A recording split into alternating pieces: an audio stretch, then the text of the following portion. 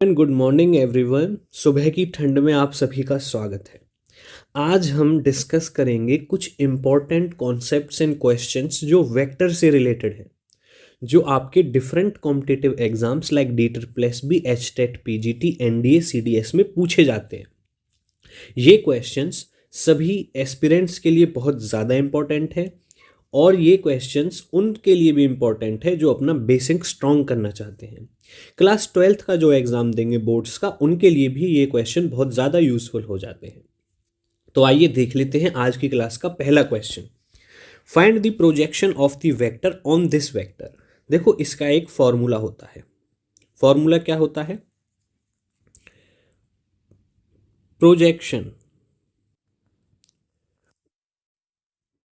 Projection of vector a on vector b. इसका क्या formula होता है? देखो, जिसके ऊपर प्रोजेक्शन निकालनी है उसको तो लिखेंगे नीचे मॉड में, और जिनकी निकालनी है बच्चे दोनों को क्या करेंगे, आपस में डॉट प्रोडक्ट। ये आपका फॉर्मूला बन जाता है प्रोजेक्शन निकालने का। जैसे मान के चलो ए की प्रोजेक्शन निकालनी है बी पर, तो ए और बी का डॉट प्रोडक्ट ऊपर, और बी के ऊपर निकालनी है ना ऑन, तो बी के ऊपर तो तभी आएगी जब बी को नीचे लिखेंगे, तो बी को नीचे लिख लिया। क्लियर होगी बात? ये फॉर्मूला लगा देते हैं।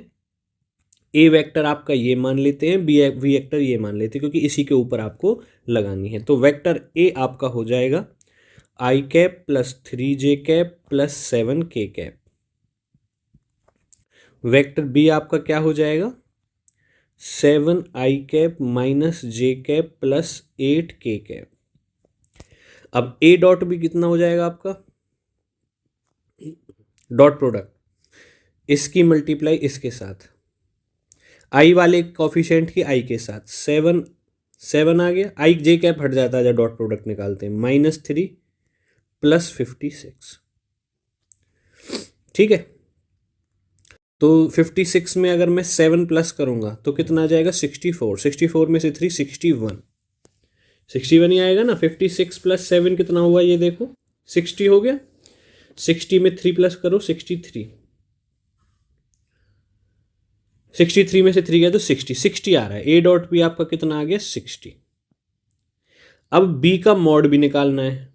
मॉड निकालने के लिए रूट लगाते हैं, आई जे के कॉफिशिएंट का स्क्वायर करके प्लस कर देते हैं। 7 का स्क्वायर 49, -1 का स्क्वायर प्लस 1, 8 का square 64।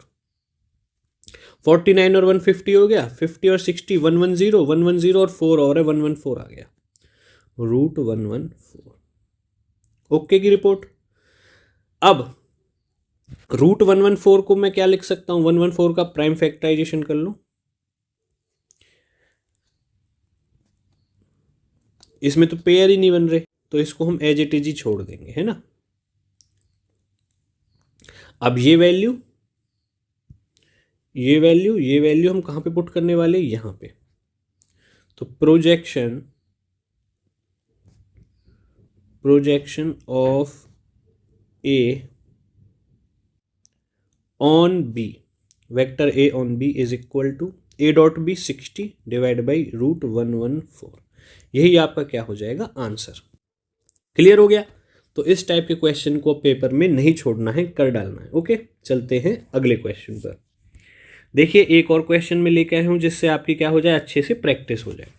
Find the projection of this vector on this vector. पहले मैं मान लेता हूं ए वेक्टर हो गया मेरा आई कैप माइनस जे कैप, जिस पे प्रोजेक्शन निकालनी है वो बी वेक्टर हो गया आई कैप प्लस जे कैप। फॉर्मूला क्या बन जाता है? हाँ जी, फॉर्मूला क्या बन जाएगा? प्रोजेक्शन ऑफ, फॉर्मूला आपका बन जाएगा projection of vector a on vector b. क्या हो जाएगा? ए डॉट बी, जिसके ऊपर लगानी है उसी का नीचे लिख दो उसको, और मैग्नीट्यूड। अब मैं डायरेक्ट करूंगा, ए डॉट बी, ए क्या है? आई कैप माइनस जे कैप, इसका डॉट प्रोडक्ट बी के साथ, बी क्या है? आई कैप प्लस जे कैप, के कैप है ही नहीं। नीचे इसका मॉड बी वाले का, तो इसका रूट लगा के कोफिशिएंट आई कैप का क्या है यहाँ पे 1, 1 का स्क्वायर 1, जे का स्क्वायर 1, के कैप है नहीं, 0 का स्क्वायर 0 आएगा। ऊपर डॉट प्रोडक्ट ले लेंगे, 1 मल्टीप्लाई बाय 1 -1 प्लस 0, नीचे कितना आ गया √2, तो ये आपका कितना आ जाएगा अभी, ये आपका आ गया 0/√2, तो आपका आंसर कितना आ गया 0, आंसर कितना आ गया 0। ओके की रिपोर्ट, तो प्रोजेक्शन आपकी क्या आ गई यहाँ पे 0 आ गई। क्लियर होगी बात। चलते हैं अगले क्वेश्चन पर। देखिए यहाँ पे अब, show that each of the given vectors is a unit vector and show that they are mutually perpendicular. सही होगी बात, आई बात समझ में, ठीक है। अब यहाँ पे क्या हो रहा है, यूनिट वेक्टर शो करना है। देखो यूनिट वेक्टर मान के चलो, ये वेक्टर है आपका vector A cap. A cap क्या है, कैप से जो रिप्रेजेंट होता है वो यूनिट वेक्टर होता है, और हम जानते हैं कि यूनिट वेक्टर का जो मॉड होता है, मान चलो ए कैप यूनिट वेक्टर है, इसका अगर मैं मॉड निकालूंगा, ए वेक्टर कोई यूनिट वेक्टर है अगर, तो उसका जो मॉड होगा वो हमेशा 1 आएगा। तो इसका मॉड भी 1 शो करना है, इसका मॉड भी 1 शो करना है, और इसका मॉड भी 1 शो करना है। अगर 1 आ जाता है तो ये प्रूव हो जाएगा कि ये वेक्टर्स यूनिट वेक्टर्स हैं। मैं आपको एक करके दिखा देता हूँ। मैं लेट कर लेता हूँ, ये वेक्टर ए है, तो ए का मॉड क्या आ जाएगा, देखो 1/7 अंदर मल्टीप्लाई होगा 2/7, इनके कॉफिशिएंट्स का स्क्वायर करके प्लस कर दो, वो ही इनका मॉड हो जाता है। तो 2/7 का स्क्वायर प्लस 3/7 का स्क्वायर, क्योंकि 1/7 अंदर मल्टीप्लाई होता चला जाएगा ना, और 6/7 का स्क्वायर। सॉल्व करेंगे इसको, 2/7 का स्क्वायर 4/49, 9/49, 36/49। सबका बेस सेम है तो डायरेक्ट हम न्यूमरेटर को ऐड कर देंगे, न्यूमरेटर भी आपका 49 ही बन गया, तो √1 is equal to 1। Yes, vector a is unit vector because modulus of vector A is 1।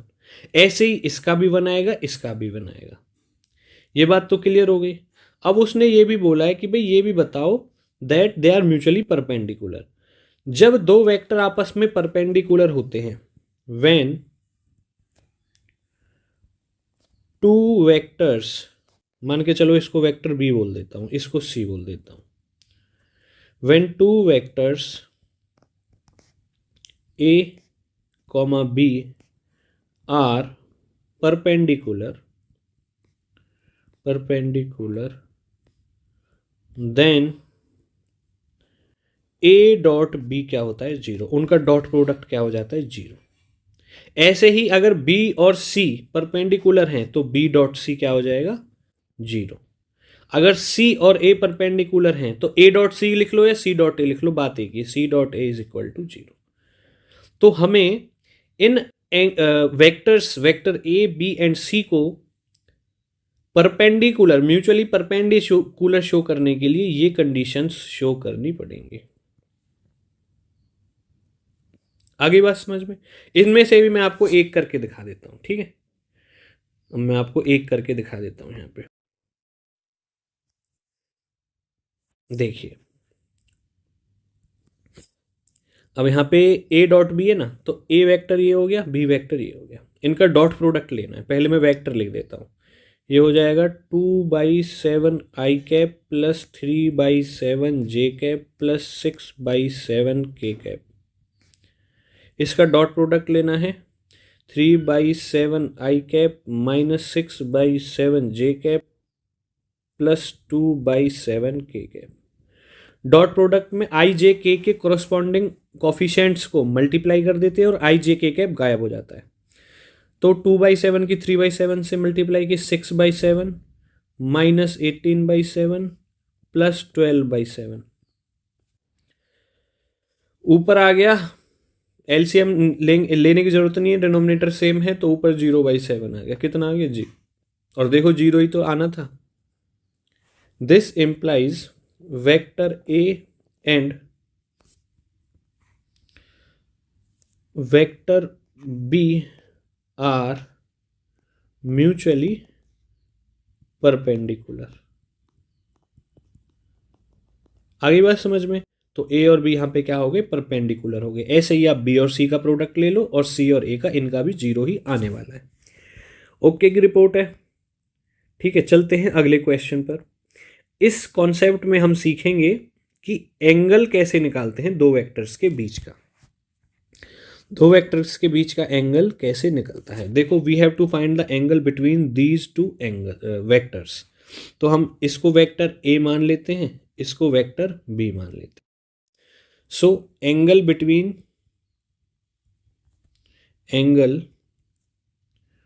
Between two vectors a and b, ये कैसे निकलेगा? ये निकलेगा ऊपर तो इनका डॉट प्रोडक्ट और नीचे इनका मॉड। ओके, और ये हो जाता है कॉस थीटा के इक्वल। एंगल कॉस थीटा की फॉर्म में हम निकालेंगे, ये आपका फॉर्मूला बन जाता है। ठीक है, अब निकाल लेते हैं। ए डॉट बी निकाल लीजिए।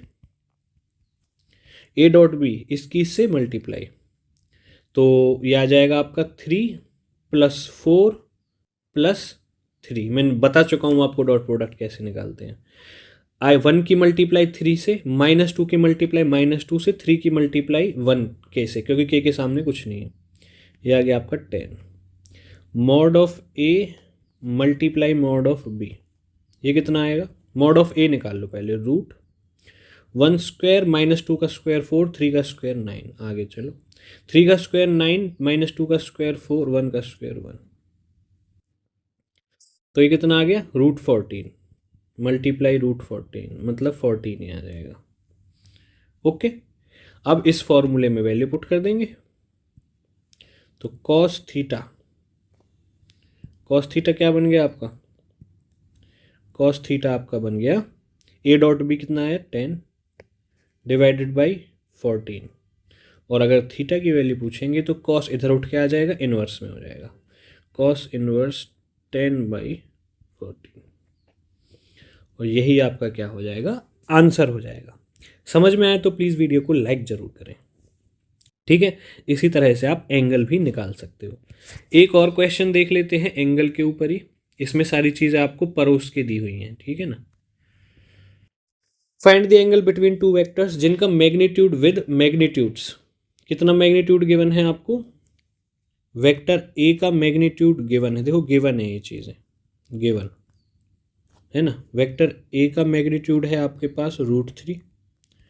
वेक्टर बी का जो मैग्नीट्यूड है वो है आपके पास 2, है ना। और ए डॉट बी भी दे रखा है, मतलब सारी चीज़ें आपको दे रखी हैं, अलग से नहीं निकालना पड़ेगा इसमें कुछ भी। ओके की रिपोर्ट है जी। चलिए अब देखो हम क्या जानते हैं, फॉर्मूला जानते हैं। क्या है formula? That cos theta is equal to a dot b. जिन वेक्टर्स के बीच का एंगल निकालना है उनका डॉट प्रोडक्ट, और नीचे उनके मॉड का मल्टीप्लाई। कुछ भी साइन नहीं तो मल्टीप्लाई तो होगा बीच में, है ना। ए डॉट बी गिवन है, यहाँ से उठाओ √6। मॉड ऑफ ए ये कितना है? √3। √3 हो जाएगा। मल्टीप्लाई मॉड ऑफ बी कितना है? 2 है जी। हो गया इतना काम, तो ये कितना आ जाएगा? √6/2√3।